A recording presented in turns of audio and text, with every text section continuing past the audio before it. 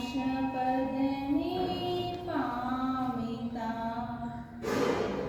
जे मार्ग पर देवी दे, जे मार्ग ने देवलोक देवो सदाए झंखता। एवा श्री चारित्र धर्म ने भावे करूं वंदना। एवा श्री चारित्र धर्म ने भावे करूं वंदना। एवं चारित्र धर्म ने भावी करूं वंदना। ऐसा इस चारित्र धर्म के अंदर क्या है? क्या है चारित्र धर्म में? कि जो आप नीचे बैठते हो हमको बिठा देते हैं, आपसे हम आधे भी नहीं अभी तक। हाँ, उम्र का तगाजा करें तो देखा जाए तो आज आपकी उम्र से हमारी उम्र आधी है, फिर भी चारित्र धर्म में ऐसा क्या है जो इस चारित्रधारी आत्मा को हमेशा उच्च स्थान दिया गया। हमारे यहाँ पर जो मोक्ष मार्ग के पथिक यानी मोक्ष मार्ग बताए हैं कि मोक्ष के मार्ग पे जाने के 21 द्वार बताए गए हैं कि इन मार्ग से इन रास्तों से हम मोक्ष की ओर जा सकते हैं, पहुंच सकते हैं।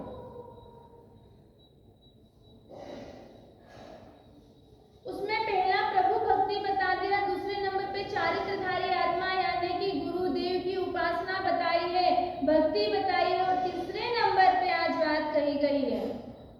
गुरु का आप ज्यादा नहीं लेते क्योंकि अपने को 21 पूरा पूर्ण करना है।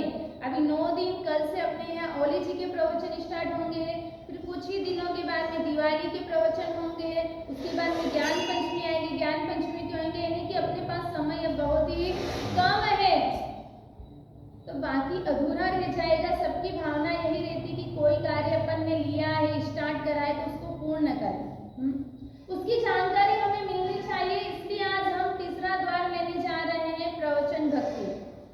प्रवचन भक्ति यानी कि जिन वचन पर भक्ति, जिनेश्वर भगवान से प्ररूपित की गई जिन वाणी के ऊपर हमें कितनी भक्ति है, कितनी श्रद्धा है, कितनी आस्था है, उसका हम बहुमान और सम्मान कितना करते हैं। जिन वाणी का सम्मान कैसे किया जाता है? जिन वाणी का सम्मान कैसे करोगे आप?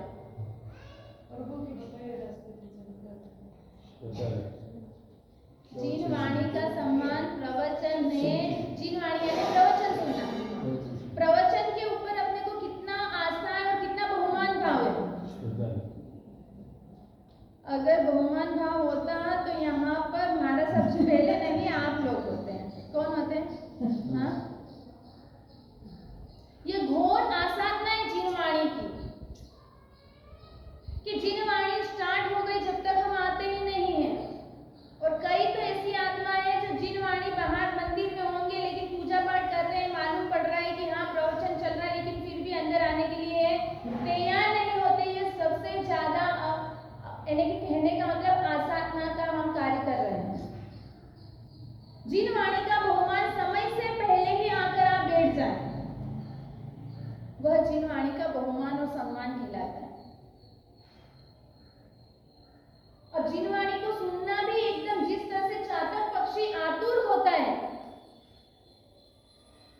वह सोचता है स्वाति नक्षत्र की पानी की बूंद मेरे मुख में किस तरह से, वो कितना हमेशा वह आतुर रहता है, वो प्रयत्न करता रहता है, सोचता रहता है, जिज्ञासा उसके मन में रहती है कि वो बूंद मेरे मुख में जाए।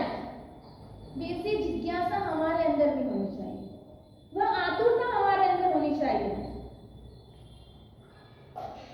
ऐसे ही हर्ष भाव के साथ में ऐसे आनंद पूर्वक हमें वाणी सुनने में आनंद आना चाहिए। लेट आएंगे, अधूरा सुनेंगे, और अधूरा सुन के अधूरा जाएंगे, और अधूरा सुनने पर जाएंगे तो अधूरा ही प्राप्त करेंगे। मैंने एक बार बताया होगा कि एक बार दो व्यक्ति बात कर रहे थे, दोनों के अंदर वह डिस्कस चल रही थी, और बाजू से एक व्यक्ति निकल रहा था। दोनों एक दूसरे को बात कर रहे थे। एक भाई कह रहा था कि अरे दिल्ली में कुतुब मीनार है, क्या है? कुतुब मीनार है। बाजू से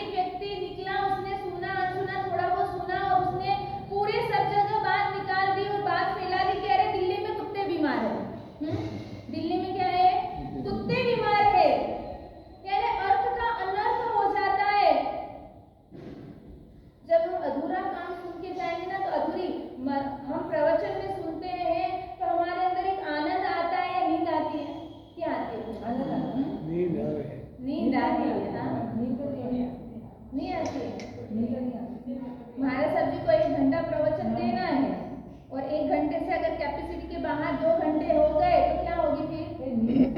हाँ? नहीं आती है। जिस दिन आएगी ना उस दिन फोटो खिंचवा के मैं बताऊंगी। वो नींद आने वाले तो प्रवचन में नहीं आए ना। ऐसा नहीं क्या लेनी पड़ती महाराज सब यहाँ प्रवचन सुनाते आराम हो रहा है। बिना बोली के काम हम क्यों नहीं आएंगे? सही है ना? टेंशन फ्री होते हैं और ऐसा लगता है हमारे सच्ची लोरी सुना रहे और हम आराम से सो रहे हैं ना। पुष्पा बहन आ रहे हैं। हाँ? नहीं आएंगे। अच्छा है, अच्छी बात है। जिन वाणी का जितना बहुमान करेंगे उतना ही जिन वाणी अपने अंदर उतरेगी और उतना ही हमारे अंदर आचरण में आएगा। चिलाती पुत्र ने केवल 3 शब्द सुने थे, उपसम, विवेक और संवर। केवल 3 चीज से ही वह स्थिर हो गया और चारित्र धर्म अंगीकार कर लिया और उसकी अच्छी गति हो गई। इस जिन वाणी का प्रभाव है रोहिण्या चोर जैसा। रोहिण्या चोर भी जिसको फांसी की सजा दे दी जाती, लेकिन इस जिन वाणी ने ही इस रोहिण्या चोर को बचाने का कार्य किया। रोहिण्या चोर की सबको स्टोरी मालूम है, सबको उसकी कहानी मालूम है कि रोहिण्या चोर कौन था। एक खूंखार चोर था। आज तक कोई मायकालाल ऐसा नहीं हुआ कि उस चोर को पकड़ सका। ऐसा वह चोर जिसको पकड़ने का बेड़ा अभय कुमार ने लिया। और अभय कुमार मालूम है यहाँ कैसा था? अभय कुमार की बुद्धि हो जाएगी, बुद्धि निधान। उसकी बुद्धि ने कहीं पर हार नहीं मानी। ऐसा वह रोहिण्या चोर को पकड़ने में भी उसने हार खा ली। कभी लाइफ के अंदर वह हारा नहीं। रोहिण्या चोर को जैसे ही पकड़ा उसे चंद्रहास दारू पिला दी कि उस नशे के अंदर वह सब सही बोल देगा, क्योंकि पीने के बाद व्यक्ति भान भूल जाता है, जो भी होता वह सब बोल देता है। इसलिए अभय कुमार ने उसे चंद्रहास दारू पिलाई और उसके बाद में पूछा। तब जैसे ही उसका थोड़े समय के बाद में नशा धीरे धीरे उतरने लगा, तब उसने बताया नहीं मैं सालीग्राम में रहने वाला वह व्यक्ति हूँ। जब अभय कुमार ने उस गांव में जाकर खबर निकलवाए कि क्या सालीग्राम में इस नाम का व्यक्ति रहता है, उसका परिवार का है वह, तो वहाँ के लोगों ने क्या कह दिया कि हाँ इस गांव में वह व्यक्ति रहता है, उसका इस नाम का व्यक्ति भी है परिवार का। और उस वजह से उसको क्या हुआ, छोड़ने की तैयारी हो रही। सोचा कि अपन ने अभय कुमार को पूर्ण विश्वास है कि नहीं चोर है तो बिल्कुल यही है, ये दगेबाज कर रहा है, ये दगा दे रहा है, ये झूठ बोल रहा है। उसके लिए वापस अभय कुमार ने क्या किया? इंद्रजाल की रचना की। हाँ, वापस चंद्रहास दारू पिलाया और दारू पिलाने के बाद उसको नशे के कारण सो गया। पूरा देवलोक का सर्जन किया गया, देवलोक जैसा बनाया गया। जो देवियां हैं उसको उठा रही है, हिला रही है, उठिए आप, अभी अभी आपका यहाँ पर जन्म हुआ है। और उस वक्त रोहिण्या तो समझ गया, उसने अपनी लाइफ में ज्यादा प्रवचन नहीं सुने थे। उसने भी केवल वो भी एक कान से सुनाया था, कुछ ज्यादा दोनों कानों से भी नहीं सुना था। आप दोनों कानों से सुनते हैं, उसने तो केवल एक कान से सुना था ना। अपन दोनों से सुनते लेकिन फिर भी अंदर नहीं उतारते। उसने एक से सुना लेकिन उसके अंदर उतर गया वह, और उसके जीवन में वह कार्य, वह 2 चीजें भी उसके जीवन को पलटने वाला बन गया, एक विकास की ओर ले गया। केवल उस वक्त जब कांटा निकाल रहा, उस वक्त देवलोक का विवरण चल रहा, परमात्मा महावीर देवलोक का बता रहे कि देवलोक के देवता कैसे होते हैं। आंखें पलकाते नहीं, उनके फूल की माला कलमाती नहीं है, धरती से कितने अंगुल? 4 अंगुल ऊंचे रहते हैं। ये सारा वृत्तांत इतना सा उसने कानों से सुना, वहां से रवाना हो गया और फिर आगे जाके तो पकड़ा गया। और उस वक्त जैसे ही वो उठा, देवियां उठा रही है, उसने देखा कि अरे मैं यहाँ पर कैसे आया। रानियां सारी देवियां कह रही आप देवलोक में अभी यहाँ आपका जन्म हुआ है। रोहिण्या सोचने लगा कि देवलोक तो ऐसा नहीं हो सकता, क्योंकि यहाँ पे सभी देवी देवता सभी की आंखें क्या हो रही है? टिमटिमा रही है, झपक रही है, उनके फूलों की माला भी कलमा गई है, सभी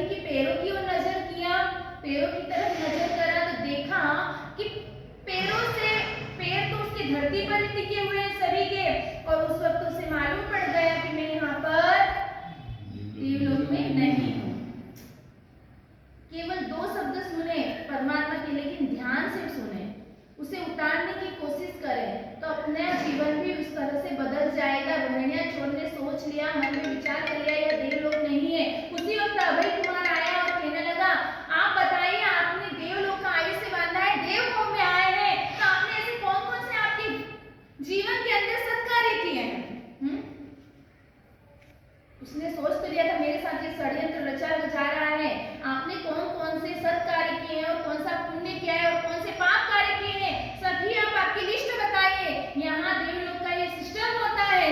क्या कहा कि आपको सारी चीजें आपकी बतानी पड़ेगी।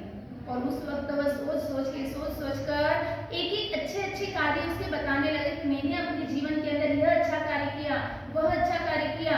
उसके बाद में कहने लगे, आपने अपने जीवन के अंदर कोई दूसरा कार्य भी जो गलत कार्य किया हो, पाप का कार्य किया हो, वह कार्य बताइए।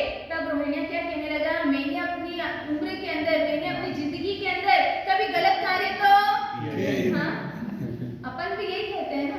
हाँ, उसने कहा मैंने गलत कार्य किया ही नहीं।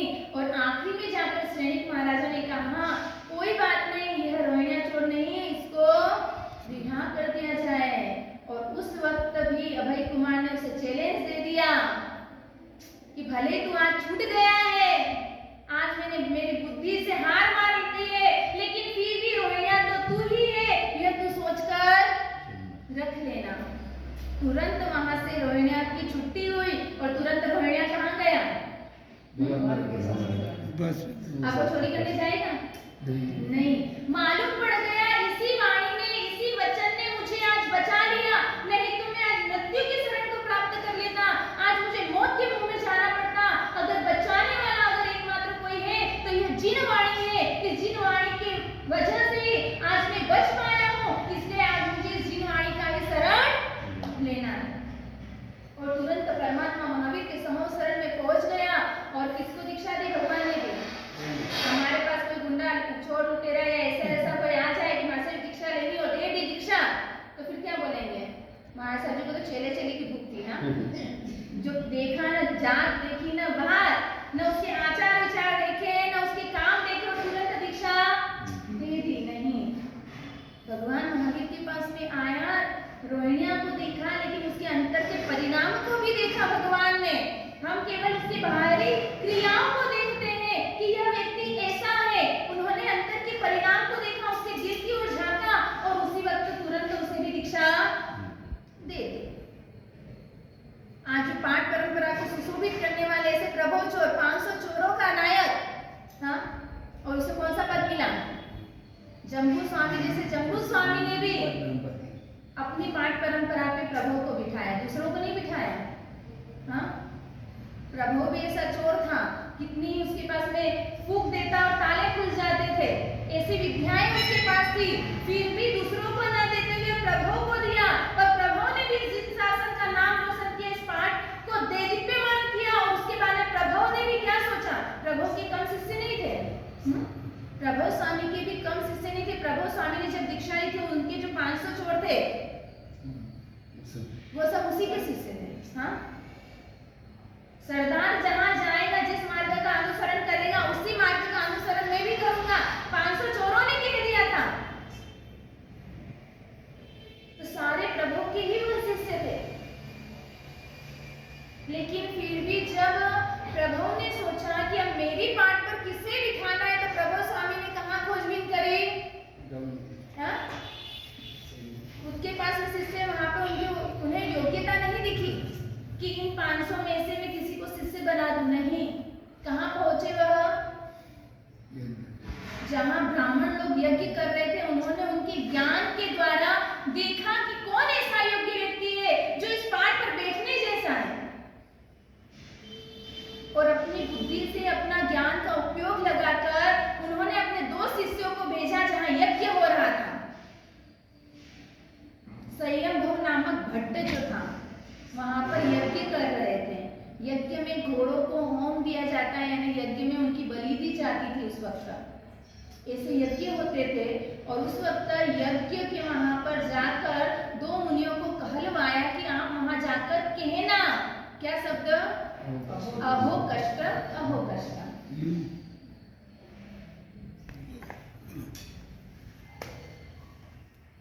अगर गुरु की पहचान और प्रभु की पहचान करवाए, सुदेव कौन है, सुगुरु कौन है, सच्चा धर्म कौन सा है और अधर्म क्या है,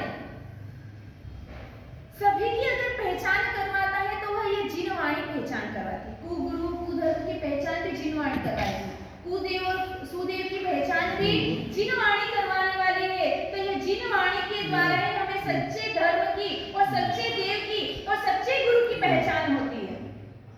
जिनवाणी नहीं होती तो आज हम इधर उधर भटकते ही रह जाते। परमात्मा जब दीक्षा लेते हैं, दीक्षा लेने के बाद जब मन परिज्ञान में होता है, उसके बावजूद भी परमात्मा वह छद्मस्त अवस्था में किसी को देखना नहीं देते। लेकिन जैसे ही केवल ज्ञान हुआ और वो सोचते हैं भव्य जीवों को तारने के लिए वह देखना स्टार्ट कर देते हैं, जिनवाणी रूपी यानी कि अमृत का पान लोगों को करवाते हैं। और उस वक्त जगह जगह जगह जगह जाकर भव्य जीवों को प्रतिबोधित करते हैं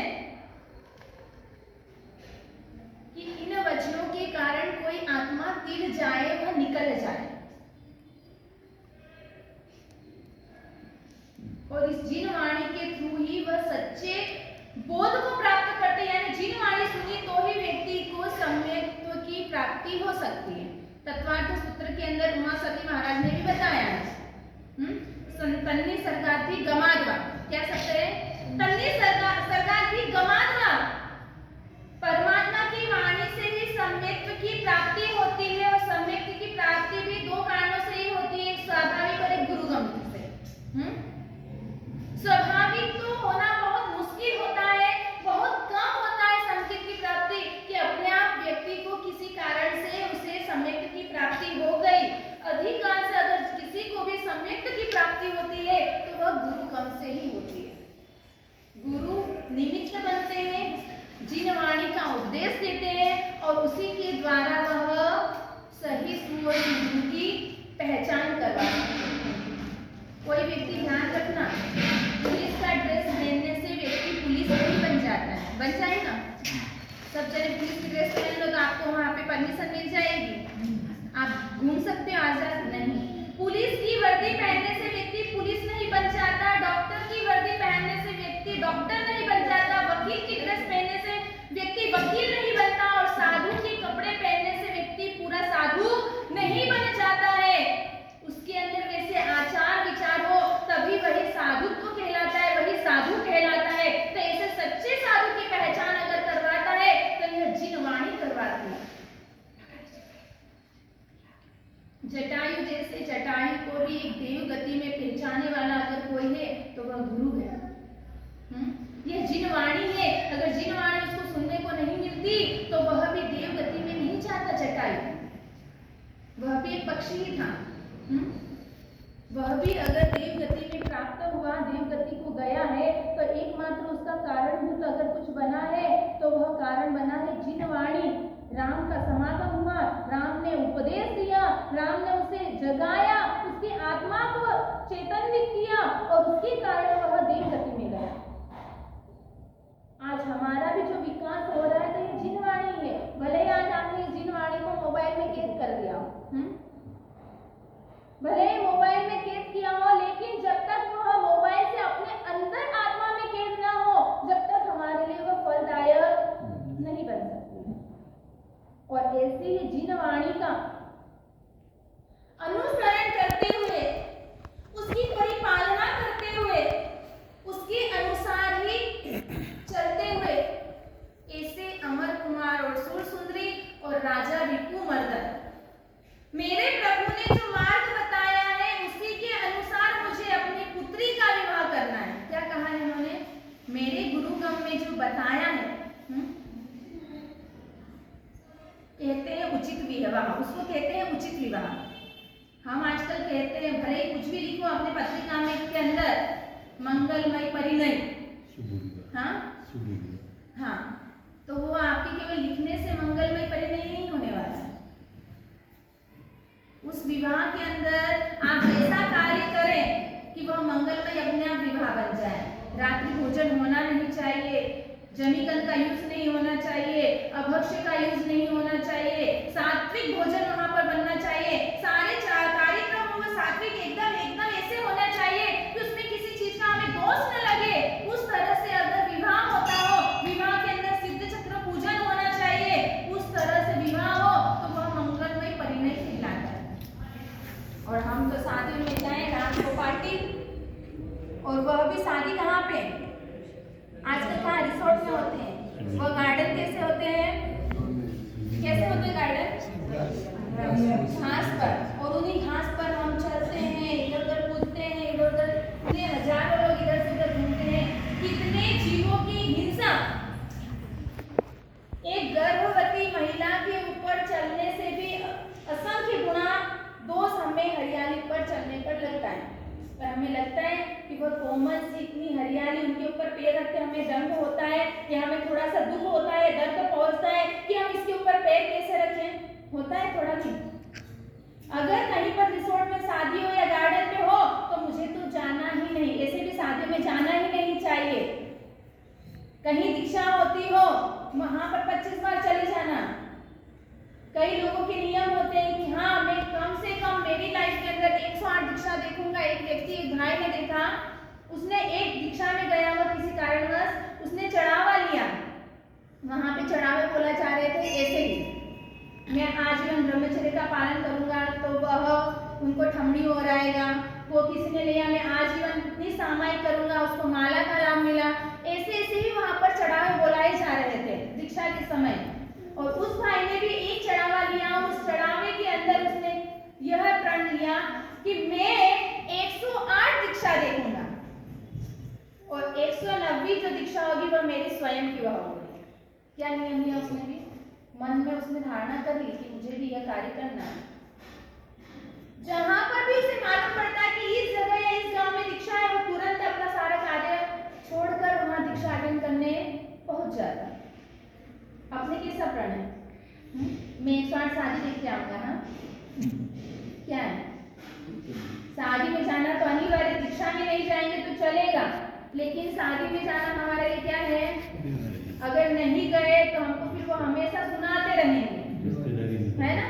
भले वहां जाके आप कितनी भी वहां जाके वो स्टेज कितना अच्छा है, वो लड़की कितनी सुंदर दिख रही है, जोरदार जोड़ी जम रही है, अरे खाना कितना जोरदार जबरदस्त है, क्या पार्टी रखाई है, और कितना अच्छा गार्डन दिया है, वहां जाकर इतनी अनुमोदना कर दी। आप सोच लेना कि वहीं पर आपकी उत्पत्ति होगी, वहीं की टिकट आपने बुक करवा ली है ना,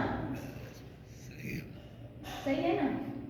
अब सबको नियम बदल लेना है कि मैं अपने परिवार वालों को किसी की भी शादी करूं तो गार्डन में तो मुझे करना ही नहीं, रिसोर्ट में तो करना ही नहीं, ऐसी जगह करना, और वह भी दिन का भोजन।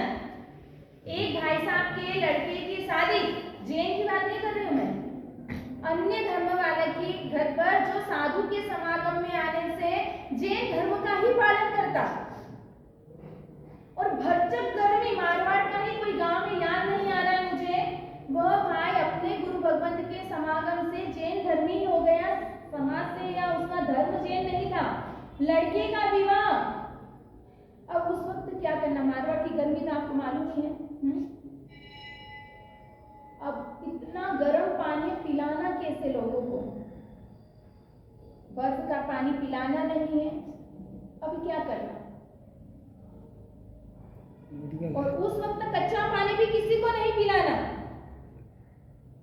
उसने बोला मेरे यहाँ पर आए, न मेरा बेटा पिएगा न मैं पीऊंगा, और जो मेरे घर पे मेहमान आ रहे हैं, जो भी व्यक्ति आएंगे, किसी को भी कच्चा पानी तो पीना ही नहीं है। अब क्या करना, गर्म पानी करवाता, उसने मिट्टी खुदवाई, ऐसे ऊंडी ऊंडी मिट्टियां खुदवाई और अच्छा खड्डा करवाया, उसमें गर्म पानी करके उसको परातों में ठहरवा कर, अच्छा अब उसको कितना मैनेज करना पड़ा होगा। और फिर बड़ी बड़ी कोठियों के अंदर वो पानी डाला, और वो कोठियां, वो जो प्लास्टिक की जो भी रहती है, वो ऐसी की ऐसी उस मिट्टी के अंदर, उधर तो अपनी मिट्टी की भी इतनी बड़ी बड़ी रहती है टंकियां, उसके अंदर डलवाया खोदा हुआ था उसके अंदर, वह पूरे खड्डे के अंदर वह ऐसी कैसी रख दी कि उसका जो मिट्टी का जो भीनाश बना है और जो उसके अंदर वो ठंडा बने वह पानी के अंदर आएगी, और वह पानी रियल में जो आए वह अनुभव ना करके गए। इतना पानी ठंडा हो गया था। पर करने वाला चाहिए, अपने को करना नहीं है और अपन सोचते हैं वो तो करना ही पड़ता है, क्या करें। हाँ, मेहमानों को अपन गर्म पानी तो पिला नहीं सकते, ठंडा पिलाना पड़ेगा, और उसके लिए यह बर्फ का पानी तो अपने को बर्फ तो उस पानी में डालना ही पड़ेगा, ये नहीं। बोतल पिला दो। हाँ, आजकल तो बिस्लरी की बोतलें भी फटाफट और छुट्टी। अरे बिस्लरी के पानी भी कितना आवश्यक, कितना बिना छना हुआ, कोई आज का छना हुआ पानी बोतल में नहीं डालते। और अपन भी बस जैसे ही वो बोतल हाथ में आई, फट से खोला और फटाफट पीते गए। अरे इमरजेंसी भी हो, पानी नहीं मिल रहा हो, बिस्लरी की बोतल आपको दे दी गई है, लेकिन एक रुमाल या इतनी सी छोटी सी छन्नी भी हो या छोटा सा रुमाल हो, उसमें पहले अपनी गिलास में छान कर ही अपने को पानी पीना है। नहीं तो 7 गांव को जलाने इतना दोष लगता है। कितना? 7 गांवों को जलाने इतना नहीं जला रहे हो, फिर भी आपको इतनी सी आलसी और इतने से प्रमाद के कारण आप इतने बड़े पाप को कर बैठते हो। एक छोटा सा प्रमाद करने में कोई टाइम नहीं लगता है, और इसमें कोई आपकी हिंदी नहीं होगी कि कोई आपको और अनुमोदन ना करेंगे। हो ऐसी जगह पर भाई साहब या बहन जी आए हैं, फिर भी अपने धर्म में इतने दृढ़ है, कैसी भी परिस्थिति है, लेकिन इनका कार्य है, इनका नियम है कि मैं छान कर पानी पीऊंगा, तो ये छान कर पी रहे, और वहां पर 4 व्यक्ति आपके अनुमोदन ना करेंगे। आप ये मत सोचना कि वहां पर हमारे बारे में क्या सोचेंगे। कई लोग मिलेंगे, रहने देना, अब यहाँ पे क्या करे फालतू में, घर जाके सब करना। कई लोग ऐसे भी मिलेंगे, और कई लोग आपकी पीठ पीछे भी आपकी प्रशंसा करते हैं।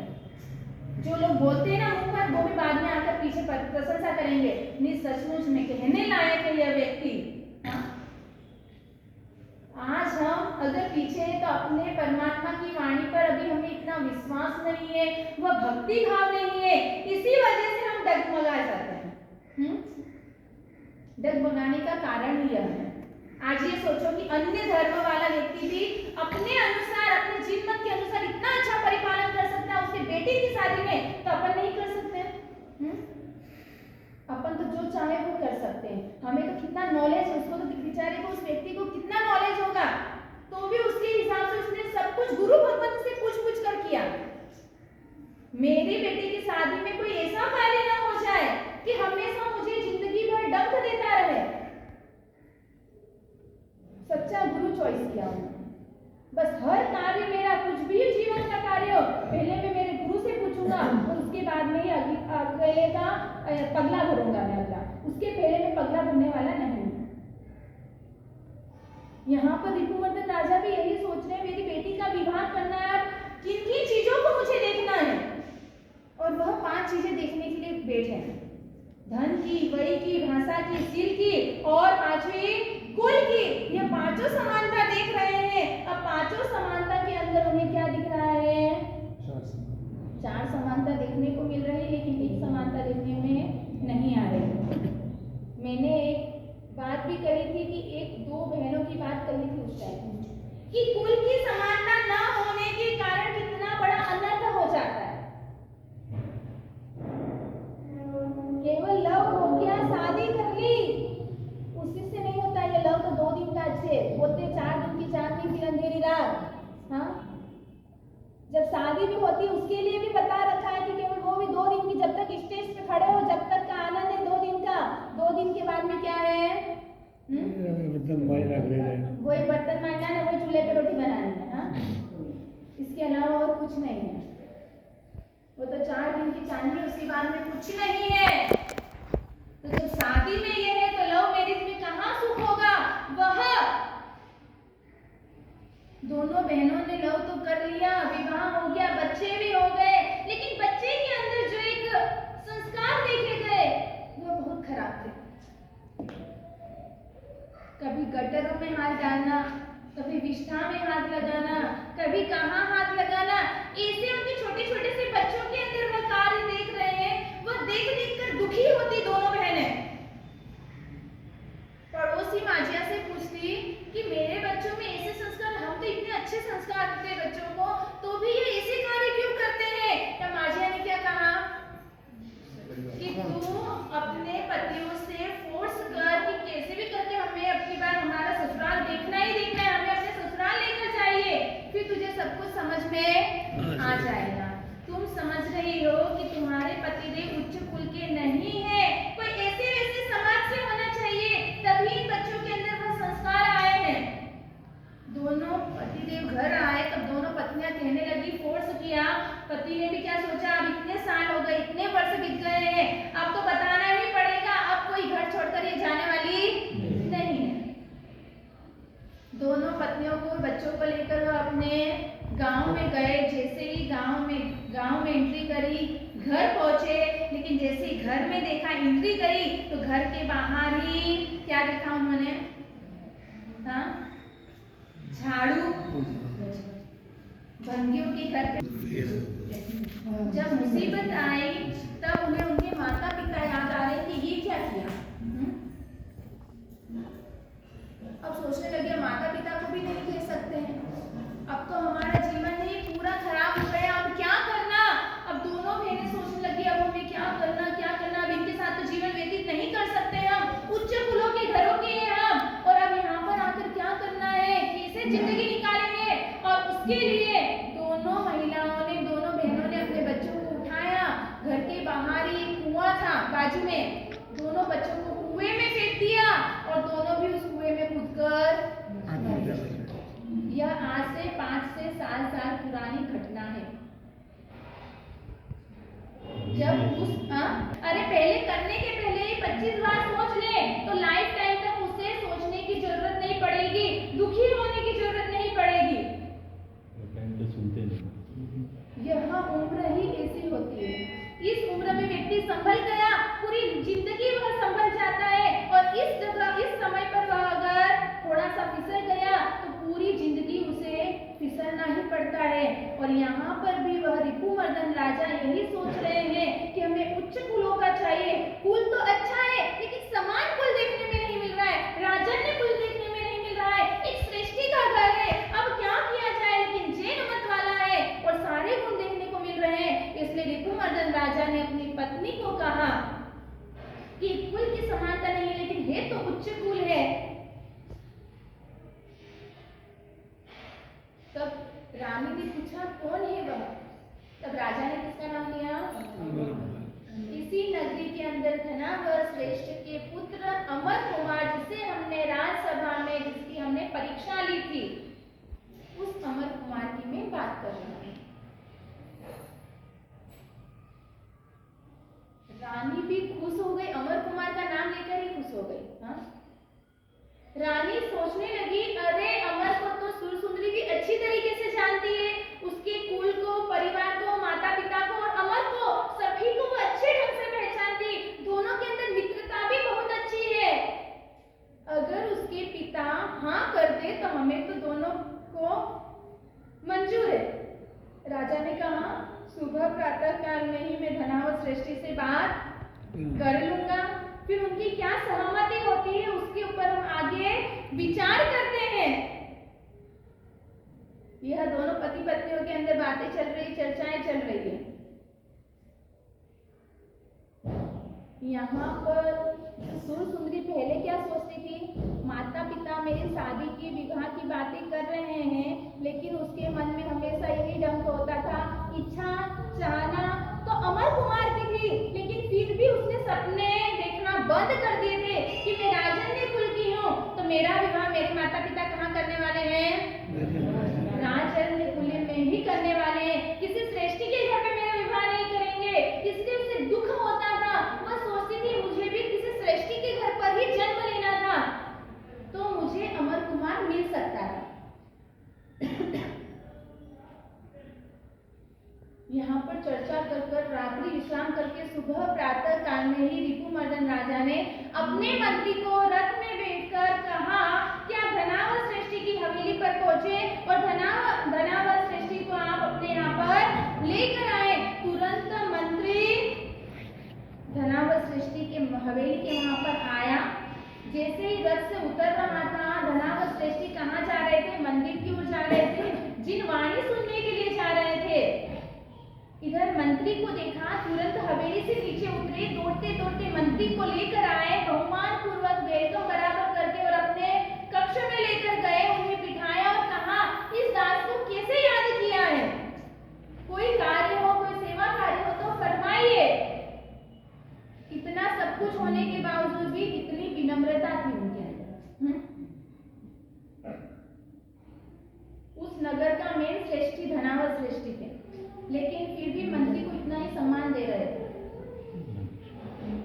तब मंत्री ने कहा कि मैं आपको लेने के लिए आया हूँ, राजा ने आपको बुलाया है। अब अचानक कभी जिंदगी में राजा ने कभी बुलाया नहीं, अचानक राजा बुलाएंगे तो अपने को भी क्या होगा? आएगा टेंशन कि कुछ ना कुछ मेरे द्वारा कोई ऐसा कार्य हो गया है, उसी के कारण बुला रहे होंगे। उसको धक धक होने लगा, घबराने लगे, लाल मुंह होने लगा। वो सोचने लगा राजा ने किस वजह से बुलाया, मेरे द्वारा ऐसा कौन सा कार्य हो गया है कि जिस कारण से राजा मुझे बुला रहे हैं। तब मंत्री ने क्या कहा, श्रेष्ठी आप चिंता न करें, मुझे मालूम तो नहीं है, लेकिन जब मैं राजमहल से निकला था तब मुझे सगुन अच्छे ही हुए थे, कुछ अच्छा ही कार्य होगा। ऐसे वैसे कार्य के लिए आपको राजा ने नहीं बुलाया होगा।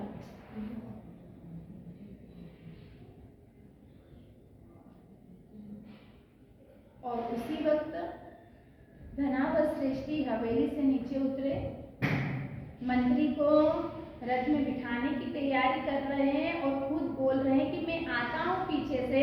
तब मंत्री ने कहा नहीं, यह रथ मेरे लिए नहीं आपके लिए भेजा है, आप इसी रथ में बैठकर और मेरे साथ में आप चलिए। मन में तो कितने ही तर्क वितर्क चल रहे हैं, राजा ने मुझे किस लिए याद किया, किस लिए बुलाया, ऐसे ही तर्क वितर्क जब तक कहते हैं, जब तक व्यक्ति सामने नहीं आता, बात नहीं होती, जब तक हमें चैन नहीं मिलता है। जैसे ही राजमहल के बाहर रथ रुका, जैसे ही राजमहल में एंट्री कर रहे हैं, राजा स्वयं आगे लेने के लिए धनावत श्रेष्ठी को, हाँ? ऐसे तो कोई भी होगा, लेकिन जब संबंध बनने जाता है ना तो बहुमान भाव क्या हो जाता है? होता है ना, डबल हो जाता है। ऐसे आप मिलते हो कोई बात नहीं, लेकिन संबंध बन गया, विवाह मिल गए तो उसके बाद तो हर जगह विवाह साफ पता बोलते या नहीं बोलते, वो प्रेम बढ़ जाता है, सम्मान भाव आ जाता है। राजा स्वयं उठकर धनावत श्रेष्ठी को लेने के लिए गए, हाथ पकड़ा और हाथ पकड़कर अपने मंत्रणा में लेकर उन्हें अपने पास में बिठाया। राजा कभी अपने पास नहीं बिठाता शेर साहूकार को, हाँ? राजा अपने पास में अगर बिठाएगा तो अपना मित्र जो राजा होगा तो ही अपने सिंहासन के बाजू में बिठाएगा, नहीं तो अपने आसन पर नहीं बिठाने वाला है। लेकिन यहाँ पर राजा जहाँ बैठा है अपने नजदीक में ही राजा श्रेष्ठी को बिठाया, और उसी वक्त श्रेष्ठी ने कहा कि आपने इस दास को किस लिए याद किया है? क्या कहा उन्होंने? आपने इस दास को किस लिए, किस कारण से याद किया है? कोई सेवा कार्य हो तो फरमाइए, जो मैं कार्य कर सकूं। इतने विनम्र भाव से वह धनावत श्रेष्ठी कह रहे हैं, और उस वक्त धनावत श्रेष्ठी कर रहे हैं कि दास तो आज मैं बनने जा रहा हूं आपके सामने। क्या कहा? मुझे आपसे कुछ मांगना है, अगर आप हाँ करते हो, देने के लिए तैयार हो जाए तो मैं आपसे कुछ मांगू। अब ऐसी बात कही है तो श्रेष्ठी भी सोचने लगी, अब मेरी कैपेसिटी होगी तो मैं दे सकता हूँ, मैं भी आपसे कुछ कह लूँ कि मैं आपसे कुछ मांगना चाहती हूँ, तो पहले से आपको सतर्क हो जाते हैं, होते या नहीं होते? माँ से ऐसी चीज मत मांग लेना, जो हम दे सके वही मांगना, हाँ? दे दे खुशी से और कहे ना किसी से, वैसी चीज मांगो तो काम किए, हाँ? यहाँ पर धनावत श्रेष्ठी को जैसे ही कहा, धनावत श्रेष्ठी भी विचार करने लग गए, मन में सोचने लगे और कहने लगे कि राजन, मेरी कैपेसिटी के हिसाब से मेरी जितनी शक्ति होगी उतना कार्य मैं करने